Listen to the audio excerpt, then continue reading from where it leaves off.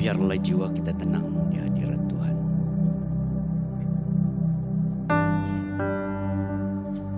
Terpujilah nama Yesus, ditinggikan di atas pujian. Dari dalam lubuk hatiku, ku sujud dan berterima kasih. Biarlah jiwa kita datang menyembah Dia. Yesus ditinggikan di atas pujian. Dari dalam lubuk hatiku, ku sujud dan berterima kasih. Terpujilah nama Yesus, ditinggikan di atas pujian. Biarlah jiwa kami datang di hadirat-Mu Tuhan, karena kami sadar bahwa Engkau Allah yang kekal, Allah yang berdaulat, dan Tuhan yang harus dipuji, disembah oleh seluruh dunia. Terima kasih Tuhan. Biarlah segala pujian hormat kami hanyalah bagi Engkau sebagai Tuhan dan Allah kami. Dalam nama Yesus kami berdoa. Amin, amin. Haleluya, beri kemuliaan bagi nama Tuhan. Haleluya, sekali lagi selamat beribadah dan selamat apa? Selamat gawai, tahun baru Cina. Gawai, selamat gawai. Haleluya, kesempatan sekali lagi kita hadir di rumah Tuhan, beribadah bersama-sama. Nah, sebelum saya lupa, pada hujung khotbah ini nanti kita akan berdoa dengan dua hal. Satu, yaitu tentang kelas seminar. Kelas seminar kita bersama Andrew Tonako, Reverend Andrew Tonako. Mulai hari 4, 13 hari bulan sampai hari 6. Dan kita turun semua, oke? Halo? Halo? Siapa yang turun? Semua. Dan diberitahu orang sebelah kamu, you mesti turun. You tahu nama dia kan? Bagus. Ada sudah minta nomor teleponnya? Hah? Ada? Ada dia minta nomor teleponnya kan? Hah? Bagus. Tuh KFC seberang sana. Oke, hari 4 Ingat hari 4 pukul berapa tadi? 7:30 kita datang beramai-ramai. Beritahu orang keluarga kamu, mami, daddy, kalau you tidak turun kali ini, putus. Hubungan putus, mak bapak putus. Oh, macam itu kah? Ya, macam itulah kira-kiranya dia, oke? 7:30 hari 4 kita datang beramai-ramai.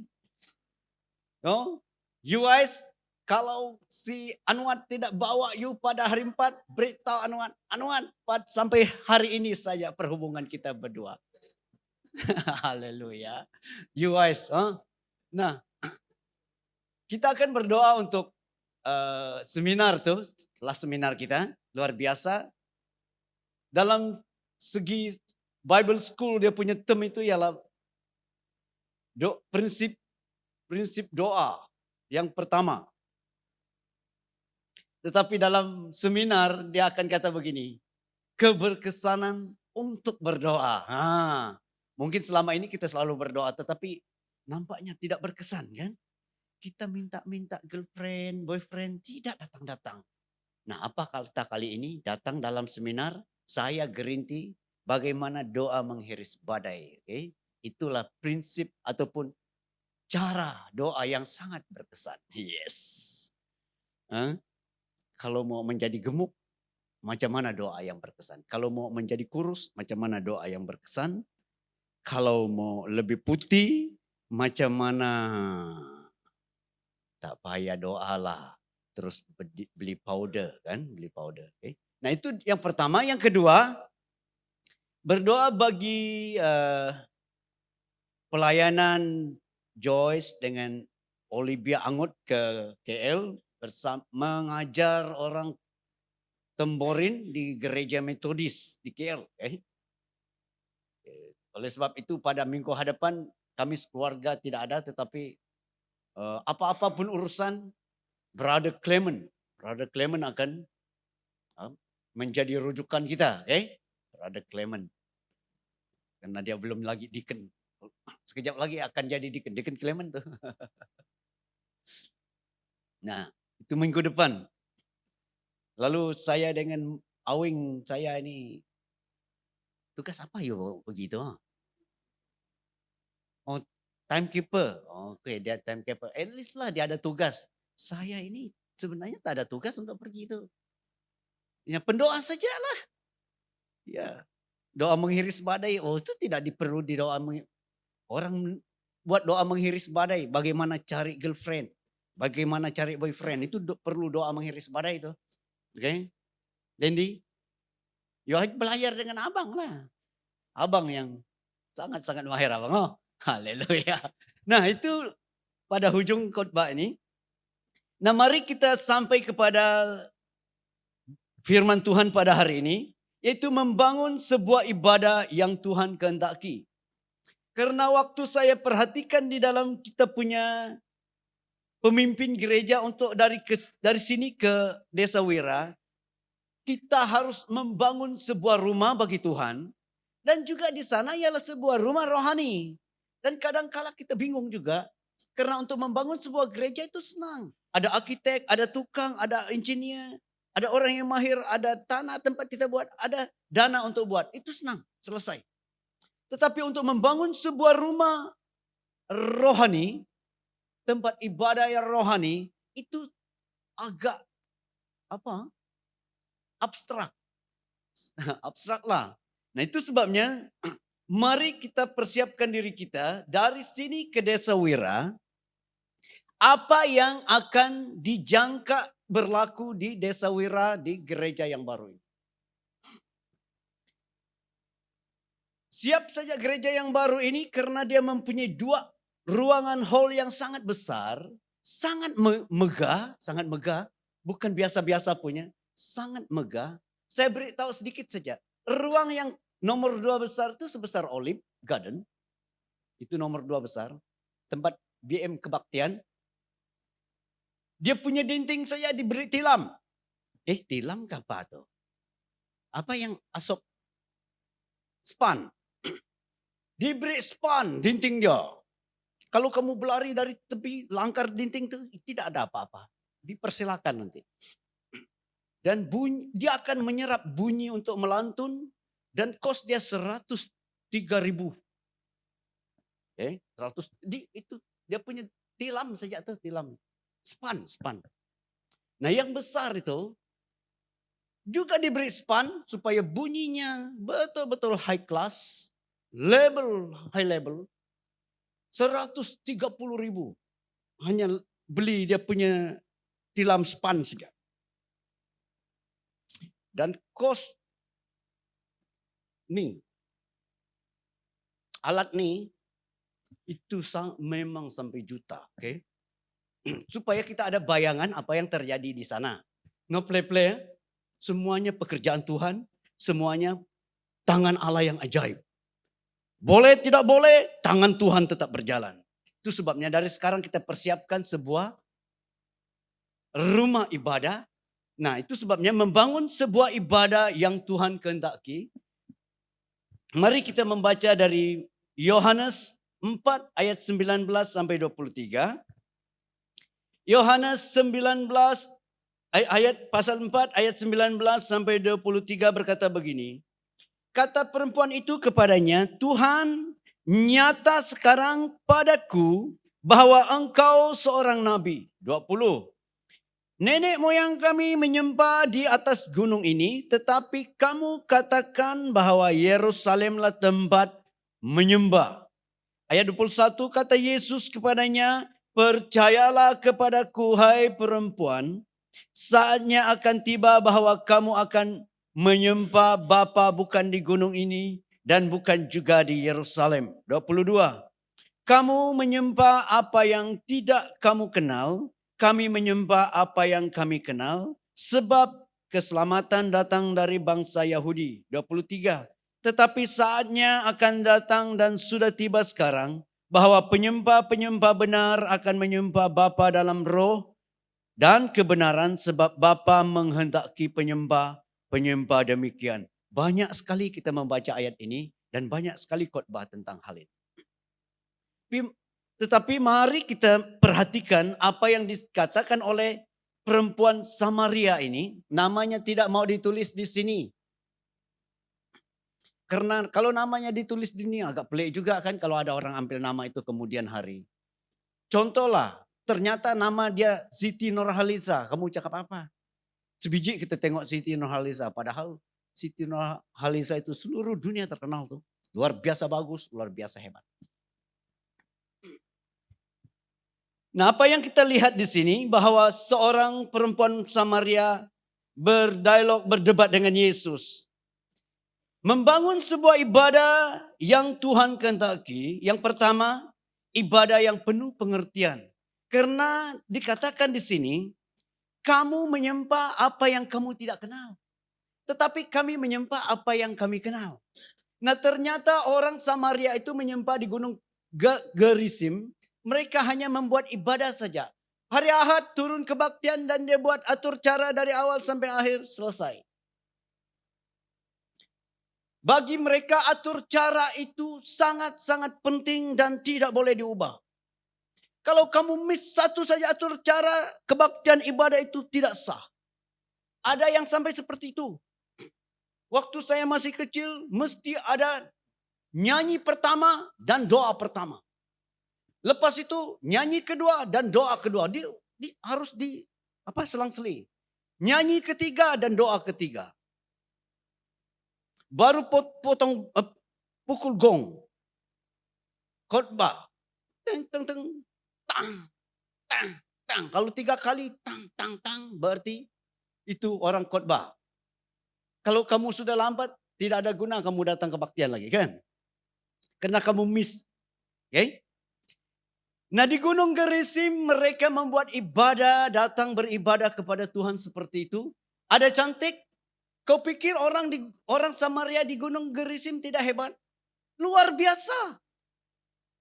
Mereka mempunyai penyanyi-penyanyi yang terlatih. Mereka mempunyai pemusik yang memang aduhai. Luar biasa. Karena orang Samaria itu manusia dibawa dari suku-suku lain dan datang ke tanah Israel. Diletak oleh Raja Asyur. Orang-orang sana campuran. Bayangkan orang campuran.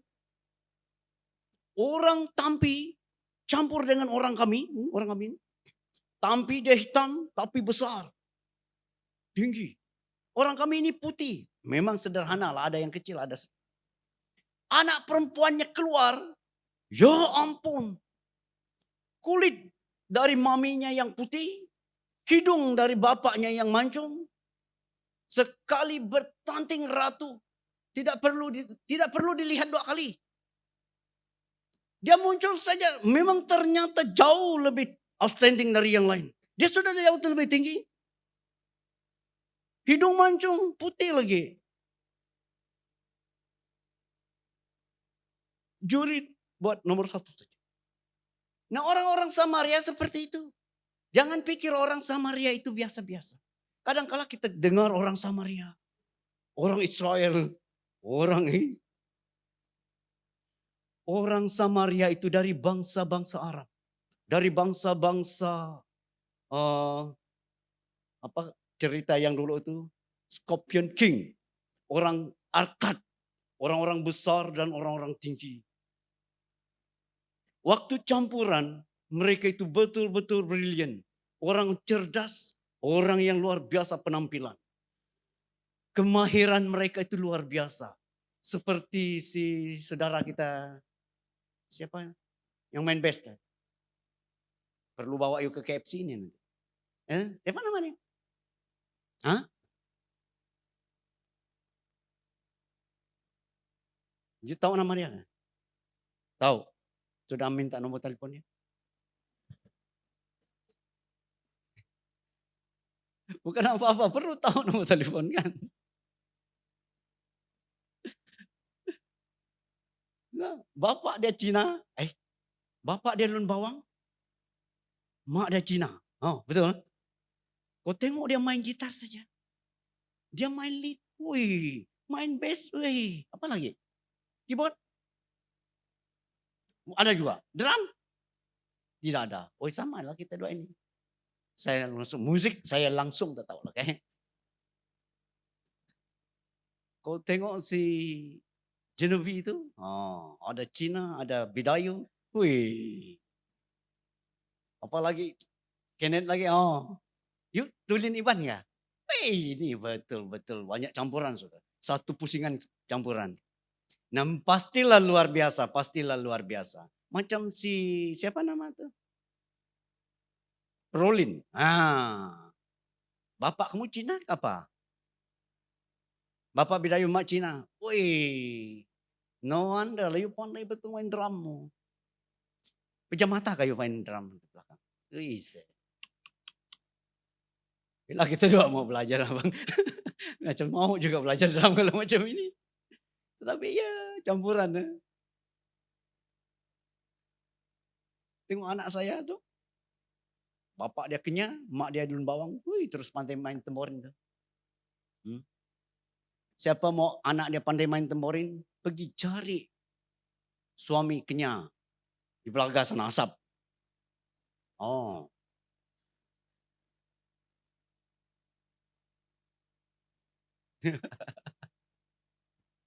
Nah, ini yang kita lihat orang Samaria ini luar biasa. Gunung Gerisim itu luar biasa. No play. Tetapi Yesus berkata begini kepada perempuan Samaria, kamu menyembah apa yang kamu tidak kenal. Berarti mereka tidak kenal. Nah, biarlah pada hari ini saya dan saudara datang beribadah kepada Tuhan, bahwa kita kenal Tuhan kita. Amin. Bahwa kita kenal siapa Yesus. Ada yang di sini kalau seorang-seorang boleh bercakap dengan Yesus kah? Itu namanya doa kan? Kalau kau seorang-seorang Tuhan, ada orang kalau stres itu ya baru dia cakap Tuhan. Kalau dia sudah tidak stres tuh lupa dah. Nah, biarlah kita kenal siapa yang kita sembah. Nah, itu yang pertama. Kita harus kenal siapa yang kita sembah, itu namanya Yesus. Amin. Namanya Yesus. Nah, bagi saya Yesus itu adalah Tuhan yang memang tetap luar biasa. Tuhan yang memang tidak ada tandingan. Tuhan yang memang memang ajaib semuanya. Nah, itu yang Tuhan yang saya kenal. Harus kenal seperti itu. Kalau tidak kita pikir bahwa Tuhan kita nomor 2, orang cabar bahwa Tuhan kamu mana? Macam mana Tuhan kamu tuh? Ya, kita pun pikir-pikir, ya Tuhan kami macam mana? Mau message pastor nih, WhatsApp pastor, macam mana Tuhan kita? Tidak boleh. Kamu mesti kenal siapa Tuhan kamu. Amin. Haleluya, mesti kenal siapa Tuhan kita. Nah, kalau kita lihat di sini, Kisah Para Rasul 13. Mana? Ataupun Mazmur nih. Kisah Para Rasul. Kisah Para Rasul 13 ayat 22.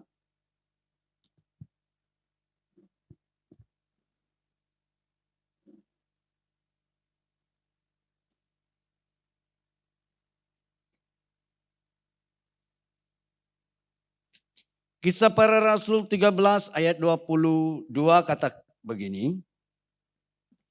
Setelah Saul disingkirkan, Allah mengangkat Daud menjadi raja mereka. Tentang Daud, Allah telah menyatakan, aku telah mendapat Daud bin Isai, seorang yang berkenan di hatiku dan yang melakukan segala kehendakku. Nah, kalau kita lihat bahwa Tuhan mengangkat Daud anak Isai, karena Tuhan berkata begini, Daud ialah seorang yang berkenan kepadaku. Tiba-tiba Tuhan mencari seorang pemuda di kampung Bethlehem.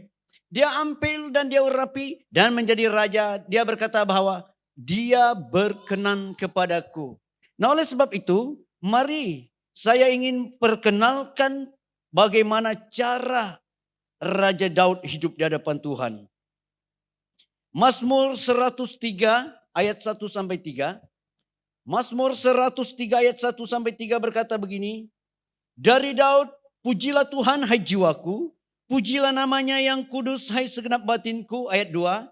Pujilah Tuhan hai jiwaku dan janganlah lupakan segala kebaikannya. Ayat 3. Dia yang mengampuni segala kesalahanmu, yang menyembuhkan segala penyakitmu. Nah, Raja Daud ini sangat kenal siapa Allah yang dia sembah. Seperti Yesus berkata, kami menyembah di Yerusalem, di Gunung Sion. Kami kenal siapa yang kami sembah. Nah, Daud satu-satunya orang pada zaman dia kenal siapa yang dia sembah. Orang berkata datang di hadapan Tuhan dengan penuh tertib. Datang di hadapan Tuhan dengan penuh hati-hati.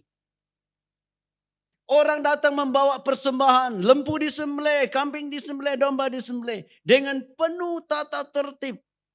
Itu atur cara yang sudah orang kenal.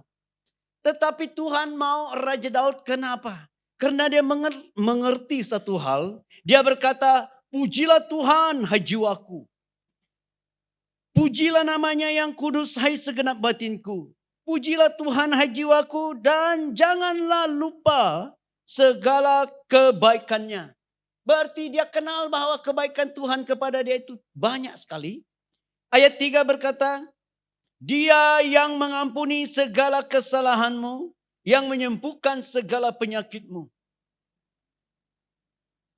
Pada zaman Daud orang berpikir kalau tidak persembahkan lembu, domba, dosa tidak diampuni. Tetapi Daud di tengah-tengah generasi itu, dia berkata, dia yang mengampuni segala kesalahanmu, yang menyembuhkan segala penyakitmu.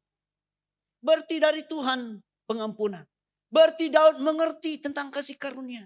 Berarti Daud mengerti tentang pekerjaan Allah yang di luar tangan manusia, di luar pekerjaan manusia. Karena begitu besar kasih Allah akan isi dunia ini. Sehingga ia mengaruniakan anaknya yang tunggal. Supaya setiap orang yang percaya kepadanya tidak binasa, melainkan beroleh hidup yang kekal. Daud ternyata mengerti perkataan itu. Adakah Daud itu baik sekali? Tidak juga. Tahu bagaimana karakter Daud? Tapi Tuhan berkata bahwa berkenan kepada dia. Tuhan berkata Saul tidak berkenan. Lucu juga orang pikir bahwa Daud ini bagus sekali. Ternyata tidak. Daud itu suka cakap besar. Suka cakap besar.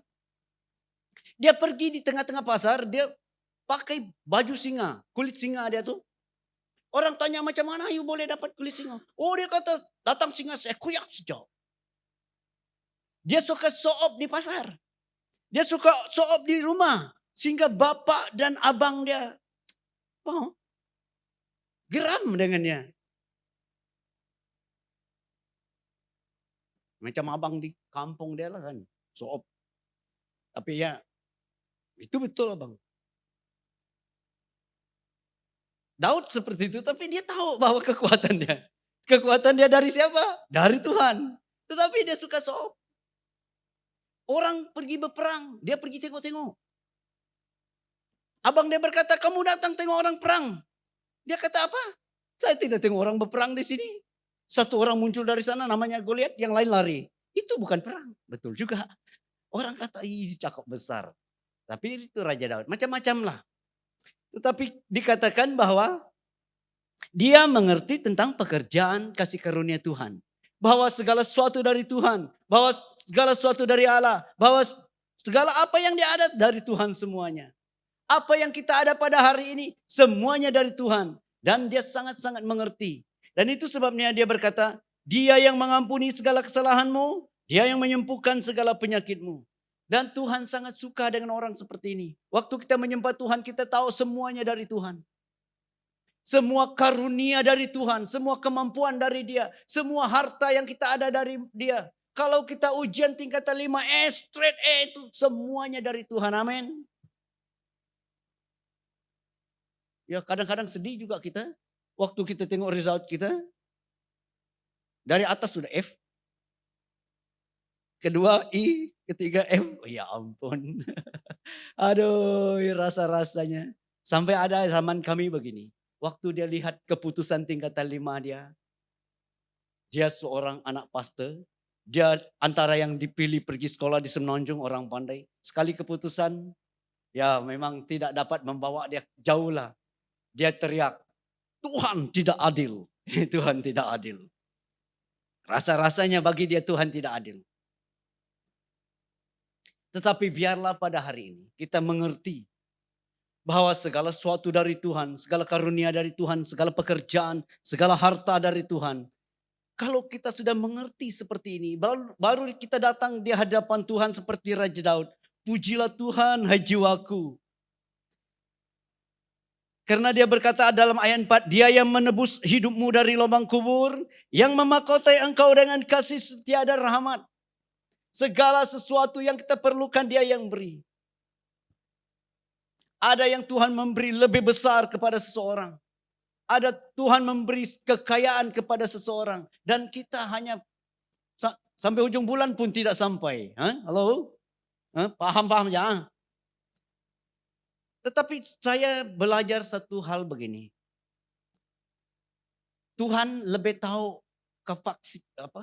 kapasiti kita. Contoh kalau Tuhan bagi saya, contohlah 1 juta hari ini. Besok saya pergi KL tuh. Hari seterusnya saya pergi Jakarta tuh. Tengok gereja besar. Pastor mana yuk? Pergi melawat gereja-gereja yang besar untuk mendapat inspirasi. Rohani sangat kan? Pergi jumpa-jumpa pendeta hebat di Enton. Supaya saya pulang dan membawa segala inspirasi. Padahal tidak tuh. Karena ada duit kan. Pergi Enton sekejap, pergi Hong Kong sekejap. Bawa semua keluarga saya pergi Singapura sekejap. Di US sekejap. Di ujung tidak sekolah anak saya tuh. Ada saya jumpa itu dulu. Jemaat kaya raya. Tiba-tiba kaya raya. Sampai anak-anaknya semua tidak pandai sekolah. Karena ternyata pontengnya luar biasa. Ada orang ponteng 18 hari yang sudah overshoot tuh.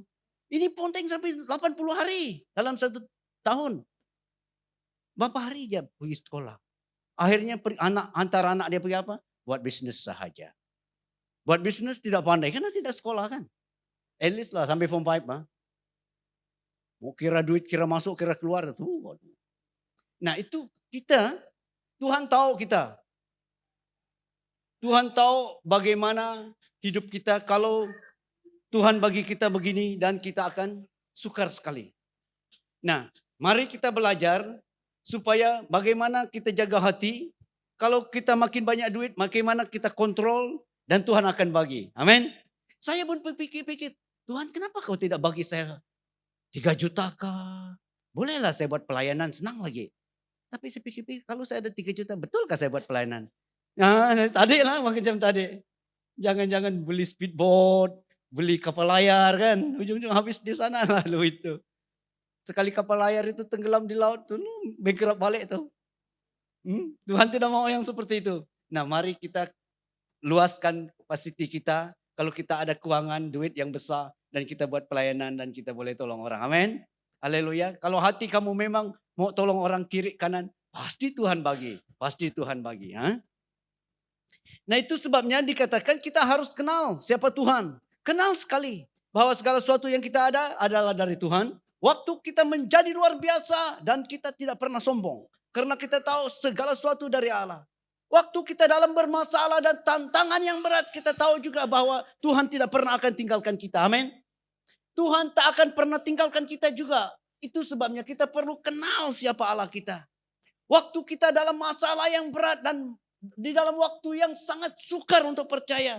Percayalah bahwa Tuhan tetap Tuhan dan Allah tetap Allah. Dan dia akan tolong kita juga. Saya masih ingat waktu abang saya masuk ICU. Wih, wih, wih.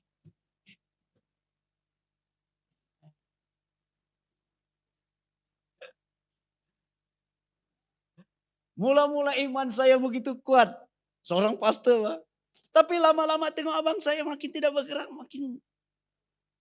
Dokter kata bahwa ini bengkak, ini urat kepala sudah berserabut. Hah? Lama-lama iman pun mulai turun.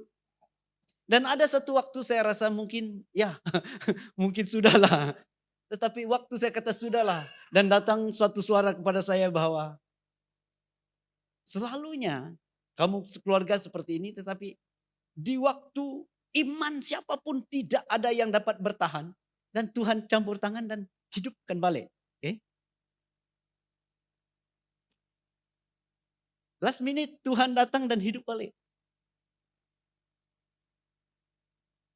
Nah Tuhan tetap Tuhan, amin. Tuhan tetap Tuhan.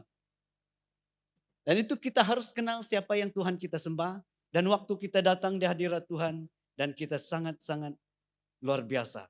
Nah waktu kita membangun ibadah kita tidak goyang dengan apa sekalipun. Okay? Kita tidak goyang.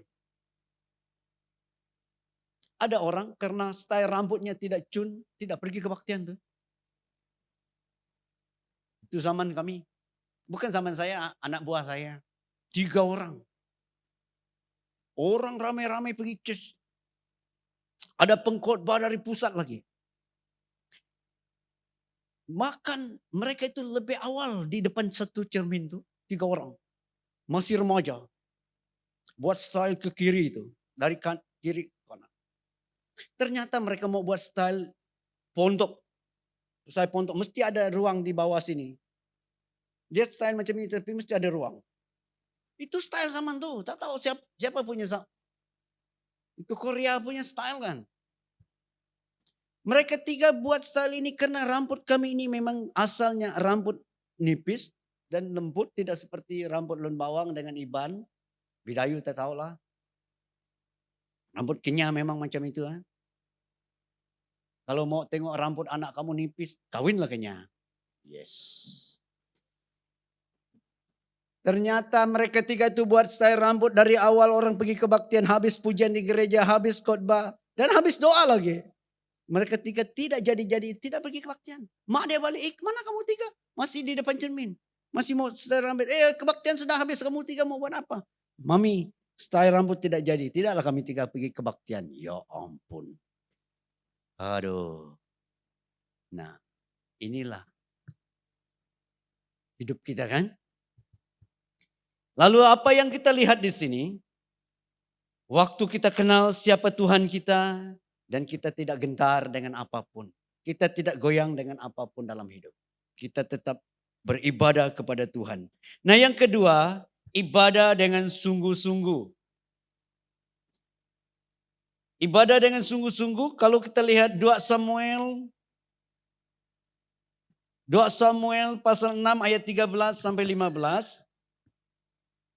2 Samuel pasal 6 ayat 13 sampai 15 berkata begini, apabila pengangkat tabut Tuhan itu melangkah maju 6 langkah, maka ia mengorbankan seekor lembu dan seekor anak lembu gemukan. Ayat 14. Dan Daud menari-nari di hadapan Tuhan dengan sekuat tenaga. Ia berbaju efod dari kain lenan. Ayat 15. Daud dan seluruh orang Israel mengangkut tabut Tuhan itu dengan diiringi sorak dan bunyi sangkakala. Nah, waktu Daud membawa tabut perjanjian Tuhan ke kota Daud, ke Sion, dia mempersiapkan diri dia dengan begitu luar biasa. Bayangkan setiap imam mengangkat tabut itu 6 langkah, dia harus sembelihkan 1 lembu dan anak domba. Luar biasa kostum. Luar biasa juga. Dan kalau kita lihat di sini, dia juga menari-nari. Menari-nari di hadapan Tuhan dengan sekuat tenaga. Wih. Betul-betul sungguh-sungguhlah. Dia menari-menari di hadapan Tuhan dengan sekuat semangat. Dengan sekuat tenaga. Kita ini, kata kita ini hebat betul. Memuji Tuhan. Tetapi ya saya terutama, saya cakap besar aja. Oh saya ini puji Tuhan. Oi. Tetapi betulkah? Kalau di hadapan anak-anak dan keluarga saya itu tidak saya berani lompat-lompat tuh. Angkat tangan, tepuk tangan, menyanyi. Oh ya. Tidak juga sampai teriak-teriak. Tapi kalau sendiri beranilah. Saya pikir-pikir juga kalau anak saya dan istri saya tengok saya memuji Tuhan. Kalau mereka pandai pasang CCTV apa jadi. Karena waktu saya sendiri-sendiri saya memuji Tuhan itu agak-agak lucu juga. Saya buat di sini ya. Supaya tahu bagaimana orang memuji Tuhan. Pujilah Tuhan. Ataupun saya selalu buat haleluya. Puji, puji, puji Tuhan. Hailah jiwaku. Di rumah nih seorang-seorang. Aku hendak memuliakan Tuhan dengan bermazmur bagi Allahku. Selagi aku ada. Saya pikir-pikir.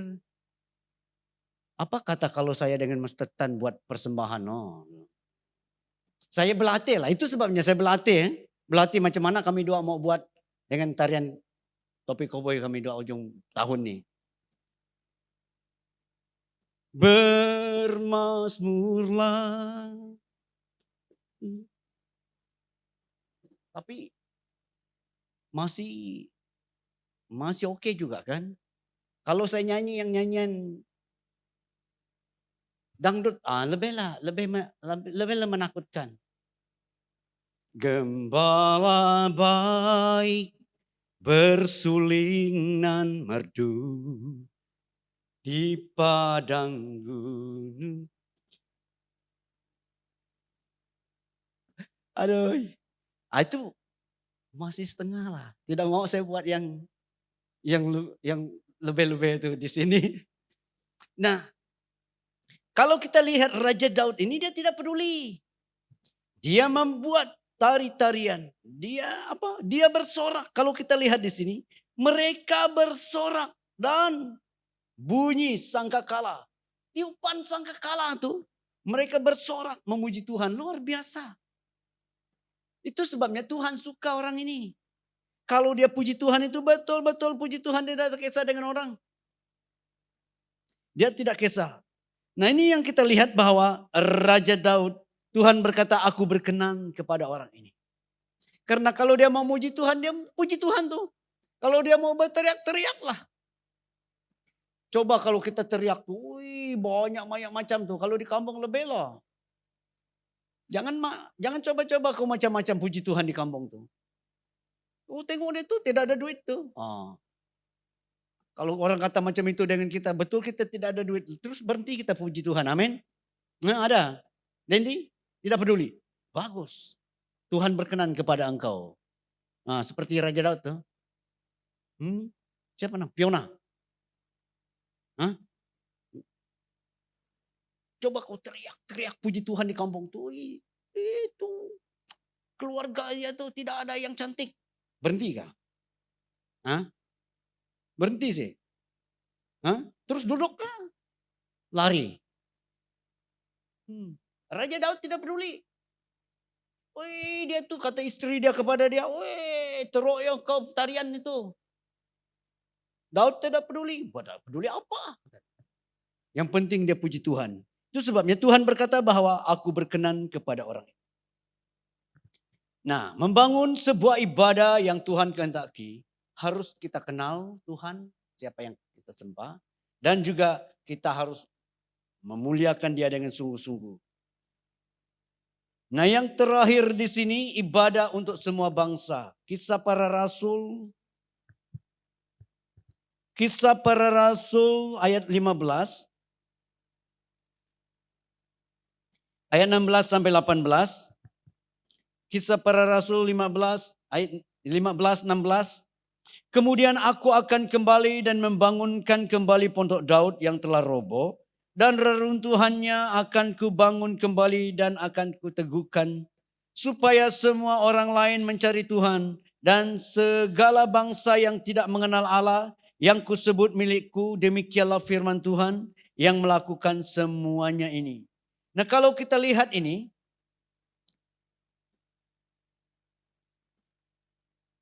bahwa Tuhan akan kembali membangun pondok Daud pada masa-masa terakhir.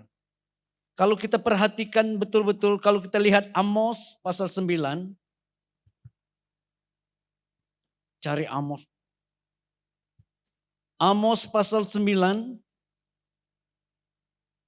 ayat 11 sampai 12. Amos 9 ayat 11 sampai 12 berkata begini. Pada hari itu aku akan mendirikan kembali pondok Daud yang telah roboh. Aku akan menutup pecahan dindingnya dan akan mendirikan kembali reruntuhannya.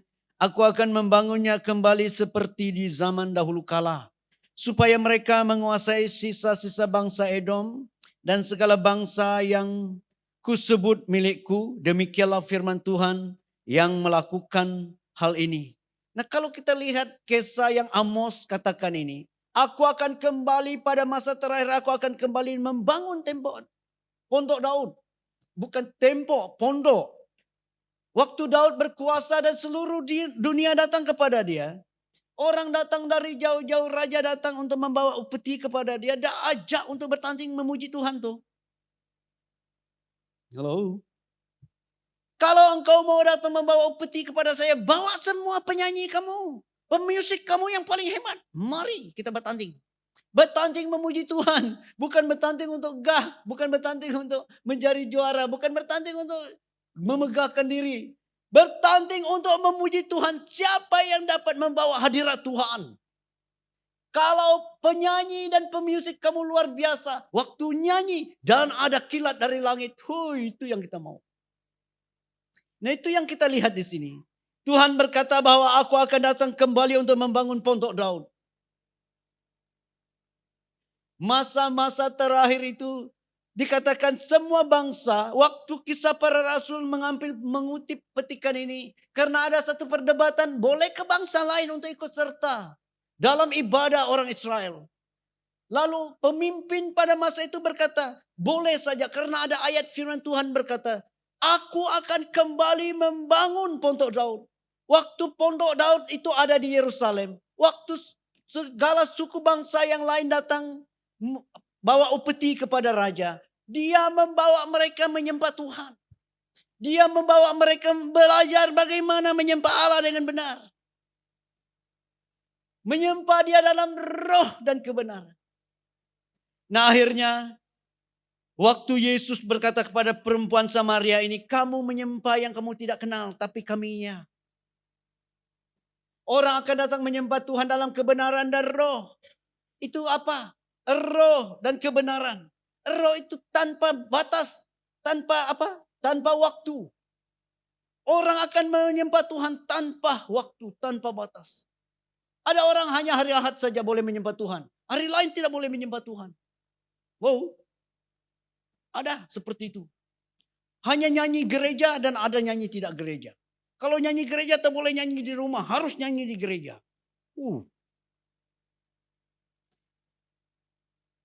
Orang akan menyembah dalam roh dan kebenaran tanpa batas, tanpa waktu.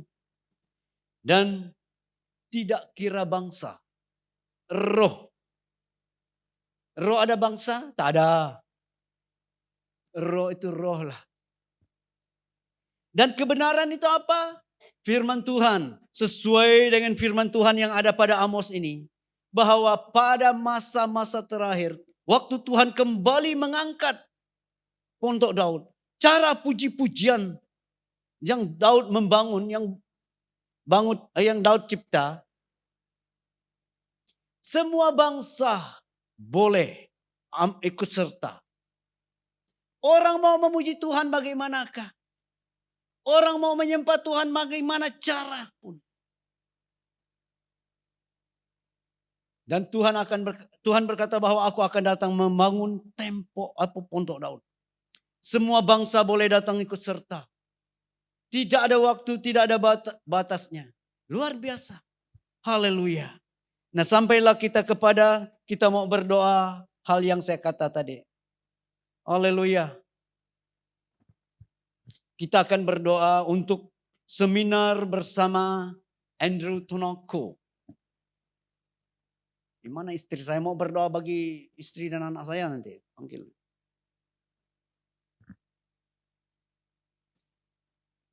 Oke, mari kita sama-sama berdiri. Kita akan berdoa bagi seminar doa yang berkesan. Oke. Doa yang berkesan. Hari berapa start tadi? Hari 4? Kamis. Cikgu Ros, dapat ikut? Dapat, ha? Mesti dapat. Mesti, ya. Beritahu anak kamu. Kalau kamu dua tidak ikut, anak kamu siapa namanya? Yang besar tuh? Jeremy. Dia di rumah kan di college? Rumah, beritahu dia. Kalau kamu dua tidak ikut, kata pastor, tidak bagi apa? Tidak bagi belanja makan. Luar biasa juga seminar kali ini.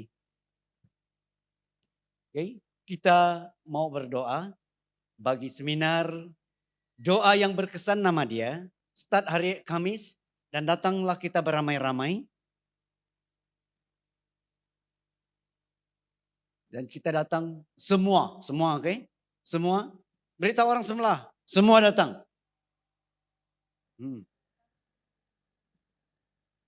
Kalau tidak dapat hari 4, hari 5. Kalau tidak dapat hari 5, hari 6. Haleluya. Nah, mari kita berdoa bagi seminar doa Andrew Tunoko dulu. Lepas itu baru kita berdoa bagi pelayanan Joyce dengan Anggot di pelayanan Temorin di Semenanjung bersama Gereja Metodis. Mari kita berdoa untuk pelayanan seminar doa yang berkesan bersama Andrew Tunoko. Kita berdoa supaya jemaat Tuhan dapat ikut serta. Haleluya. Terima kasih Tuhan, Engkau menyertai kami pada hari ini. Kami serahkan sebuah seminar doa yang berkesan bersama Reverend Andrew Tunoko pada 13 hingga 15 hari bulan ini. Hari Kamis dan sampai Sabtu. Mari Tuhan Engkau urapi penceramah ini. Supaya waktu kami datang dan mendengar tentang seminar ini. Setiap sudut dan setiap langkah doa kami sangat-sangatlah berkesan. Apa yang tidak mampu doa kami tembusi, terobosi selama ini, pasti dapat kali ini. Karena tangan Allah yang ajaib dan tangan Tuhan yang sangat luar biasa akan menyertai kami. Tuhan, kami serahkan di dalam tangan-Mu. Setiap jemaat di dalam BM Grace ataupun bahasa Malaysia ini Tuhan. Engkau beri kami kekuatan dan bagi kami Tuhan hati yang berkobar-kobar untuk belajar. Karena kami tahu bahwa Engkau Allah yang ajaib. Engkau ingin memakai setiap pribadi ini. Terima kasih Tuhan, terima kasih Yesus. Karena kebaikan dan kemurahan dan kebaikan Allah. Oh, terima kasih Tuhan. Haleluya, haleluya. Mari kita angkat tangan kita kepada Joyce dan Angun. Awing, mana yuk sini?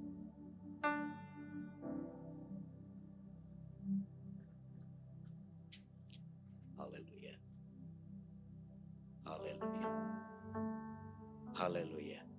Nah, mari saya panggil abang untuk berdoa. Saya ikut serta Bapak.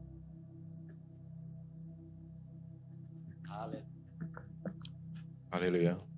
Tuhan Yesus, pada pagi ini Tuhan kami bersyukur kami dapat bersama di tempat ini Tuhan. Tuhan kami serahkan pelayanan Ibu Joy dan keluarga pada 13 hingga 15 Tuhan. Kami percaya Tuhan akan campur tangan dalam seminar ini Tuhan. Tuhan Engkau pimpin dalam perjalanan mereka, baik di dalam perjalanan mereka, dalam kendaraan, kapal terbang, dimanapun mereka tinggal, dimanapun mereka berada. Kami percaya darah-Mu telah membungkusi mereka dalam perjalanan mereka. Terima kasih Tuhan Yesus, kami percaya di luar sana banyak jiwa-jiwa yang haus akan firman-Mu dan tarian-tarian-Mu Tuhan, yang akan menjadi berkat untuk gereja-gereja yang mereka layani. Dimanapun mereka berada Tuhan, biar mereka menjadi berkat untuk kerajaan-Mu Tuhan. Terima kasih Tuhan atas penyertaan-Mu. Terpuji nama-Mu Yesus, semuanya kami angkat dalam nama Tuhan Yesus Allah, Bapa kami yang hidup di surga. Amin. Oke, dipersilakan duduk.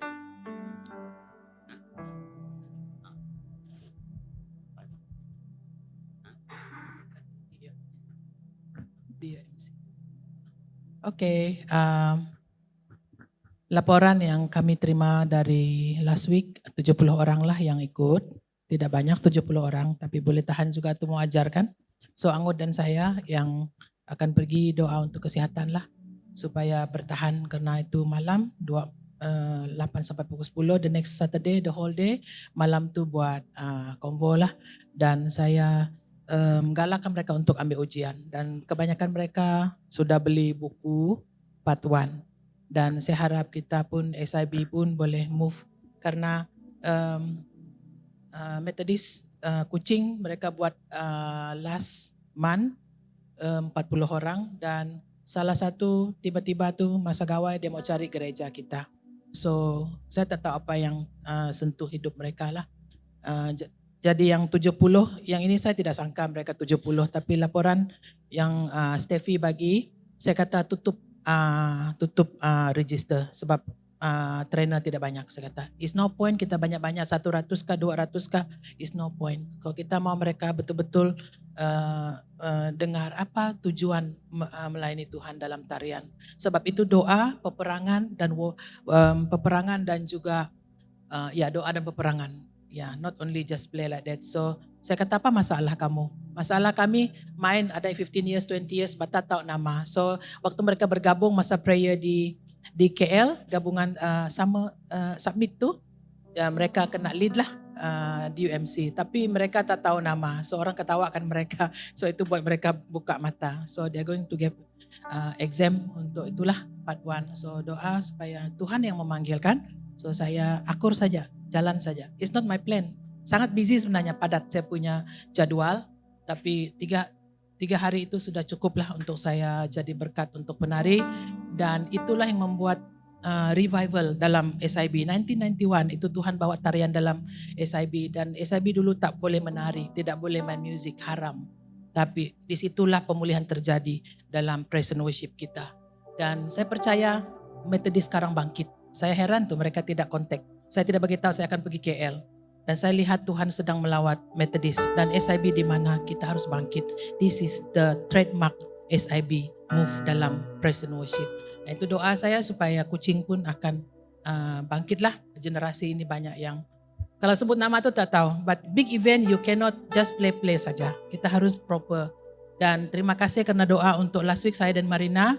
I get my mission trip, I get B+. Tidak mudah, banyak benda yang kami akan buat. Dan yang Bible lesson itu, TC itu 6 tahun ke depan lagi itu baru mereka akan buat. Dan tidak banyak orang, 8 orang saja yang hadir. Dan terima kasih atas sokongan doa, saya tidak demam, saya tidak sakit. Dan exactly semua itu berjalan sangat lancar. Dan pagi ini saya tell the story dengan sekolah minggu kita, sangat menolong. Okay, thank you untuk doa jemaat yang bantu kami dalam doa. Thank you, God bless. Haleluya. Waktu kita perhatikan gerakan-gerakan orang belajar tarian itu satu kebangkitan. Lalu kita terus berdoa supaya SIB ataupun BEM, kita berdoa supaya Tuhan membuat satu gerakan yang luar biasa lagi. Nah, sedikit tentang pergerakan kita ke Desa Wira. Waktu gereja ini siap, orang akan lihat siapa orang yang dalam gereja ini.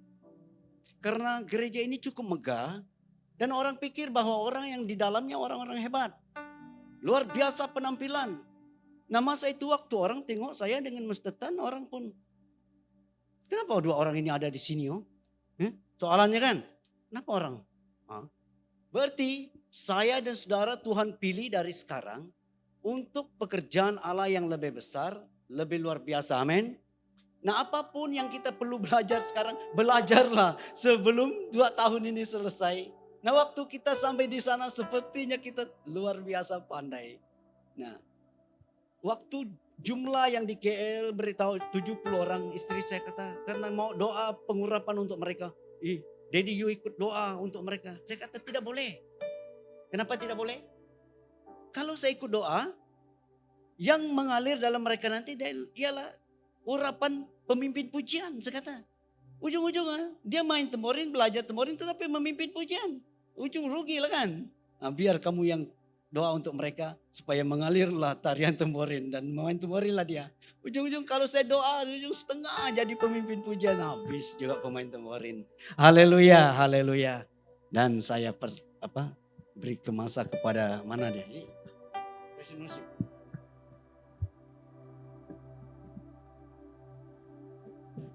Mari jemaat Tuhan, saya ajak kita untuk bangkit berdiri sekali lagi.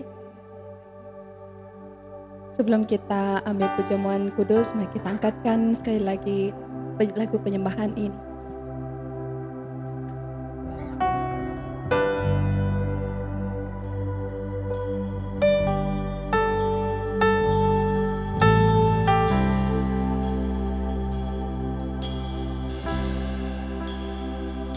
Kasih Tuhan sungguh mulia,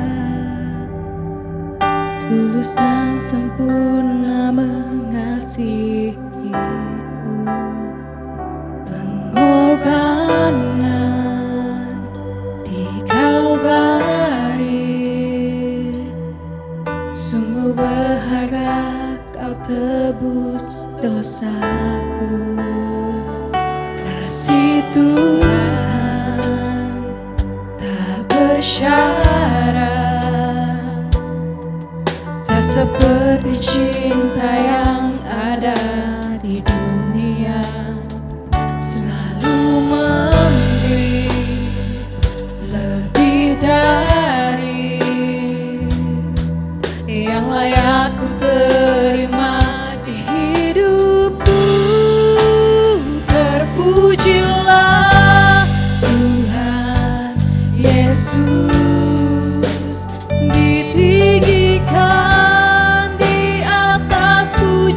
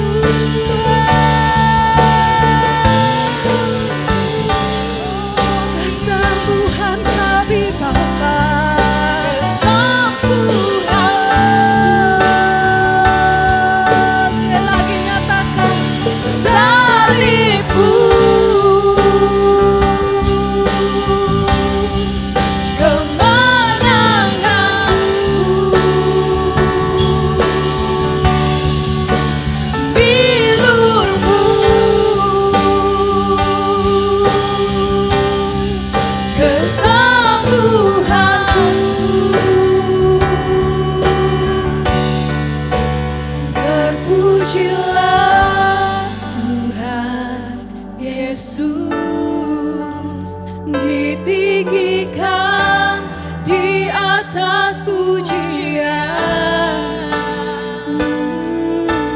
Dari dalam lubuk hatiku, ku sujud dan berterima kasih. Terpujilah Yesus, Engkau ditinggikan di atas segalanya. Di atas segalanya. Dari dalam lubuk hatiku, ku sujud dan berterima kasih. Ku sujud dan berterima kasih. Ku sujud dan berterima kasih. Haleluya Bapa. Kami ingin terus berada dalam hadirat-Mu Tuhan. Terima kasih Yesus.